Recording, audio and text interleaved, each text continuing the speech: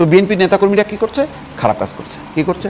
তারা জমি দখল করছে, চাঁদাবাজি করছে, দুর্নীতি করছে। ফলে তাদের কাছে কিন্তু আবার সেই আওয়ামী লীগের ভয়াল স্মৃতিটা চলে আসে এবং জামাতের যে জনপ্রিয়তা বাড়ছে এই ব্যাপারে কোনো রকম সন্দেহ নেই। এটা বিএনপিও আমার ধারণা অস্বীকার করে না, চাপ অনুভব করছে। বিএনপি কিন্তু অলরেডি চাপ অনুভব করছে প্রতিদিন, মানে তাদের বক্তৃতায় দেখবেন যে জামাতকে এইভাবে বিরোধিতা করার কথা না। আওয়ামী লীগের বাইরে দুইটা রাজনৈতিক দল আছে যাদের একটা গণভিত্তি আছে, তৃণমূল পর্যায় পর্যন্ত সংগঠন আছে এবং জনপ্রিয়তা আছে, সেটা হচ্ছে বিএনপি আর জামাত। জাতীয় পার্টি তো অনেক আগে নিঃশেষ হয়ে গেছে। ফলে আওয়ামী লীগের দুর্ভাগ্য যে জাতীয় পার্টিকে নিয়ে জমাইতে পারেনি, সেই জন্য তারা আমি ডামি করছে। মানে একই দল অনেকগুলি প্রার্থী দিয়ে তারা এটা জমানোর চেষ্টা করছে, সেটাও ফেল করছে। এই ক্ষেত্রে কিন্তু সেটা হবে না। এখন বিএনপিকে চিন্তায় পড়তে হয়েছে যে সে কি হেরে যাবে।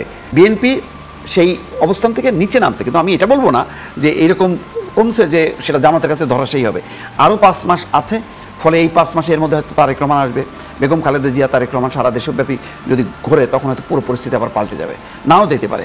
কিন্তু এটা সত্য, ওই 14, 18, 24 এইসব নির্বাচনের থেকেও প্রতিদ্বন্দ্বিতাপূর্ণ হবে সামনের নির্বাচনটা, যদি আওয়ামী লীগ পার্টিসিপেট নাও করতে পারে। এখানে হলো নেতৃত্বের শূন্যতা, বিএনপির একটা ভয়ঙ্কর নেতৃত্বের শূন্যতা আগেও ছিল, সেটা আন্দোলনের কারণে বোঝা যায়নি।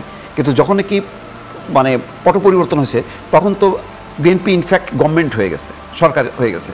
তখন লোকজন মনে করছে যে এখন সরকারকে ইউনূস সরকার তো ব্যক্তি, আসলে তো আছে বিএনপি। তো বিএনপি নেতাকর্মীরা কি করছে? খারাপ কাজ করছে। কি করছে? তারা জমি দখল করছে, চাঁদাবাজি করছে, দুর্নীতি করছে। ফলে তাদের কাছে কিন্তু আবার সেই আওয়ামী লীগের ভয়াল স্মৃতিটা চলে আসছে। আসাতে বিএনপির জনপ্রিয়তাটা মানে কমে গেছে বা প্রশ্নের মুখে পড়ছে। অন্যদিকে জামাত যেহেতু কখনোই ক্ষমতায় ছিল না, সুতরাং জামাত একটা ফ্রেশ ইমেজ নিয়ে তারা আসছে। তারা সৎ লোকের শাসন, এই নানান রকম বয়ান দিচ্ছে। আর গত 15 বছরে তো এটা স্বাভাবিকভাবে গণতান্ত্রিক প্রক্রিয়া যখন স্বাভাবিকভাবে চলে না, তখন মানুষ কিন্তু এক ধরনের ধর্মীয় ভাবাপন্ন হয়। তখন মনে করে আল্লাহ ছাড়া বোধহয় আমাদেরকে রক্ষা করার কেউ নেই। এই যে মানুষের মনোবৃত্তিতে আস্তে আস্তে তারা অনেক বেশি ধর্মাশ্রয়ী হয়ে পড়ছে। ফলে এটার একটা গ্রাউন্ডটা তৈরি হয়ে গেছে জামাতের পক্ষে অটোমেটিক। জামাতকে সে কষ্টটা করতে হয়। দেশের রাজনীতিবিদ ও রাজনৈতিক বিশ্লেষকদের টক শো শুনতে চ্যানেলটি সাবস্ক্রাইব করবেন এবং ভিডিওটি ভালো লাগলে একটি লাইক দিয়ে আপনার মূল্যবান মতামত জানাতে ভুলবেন না।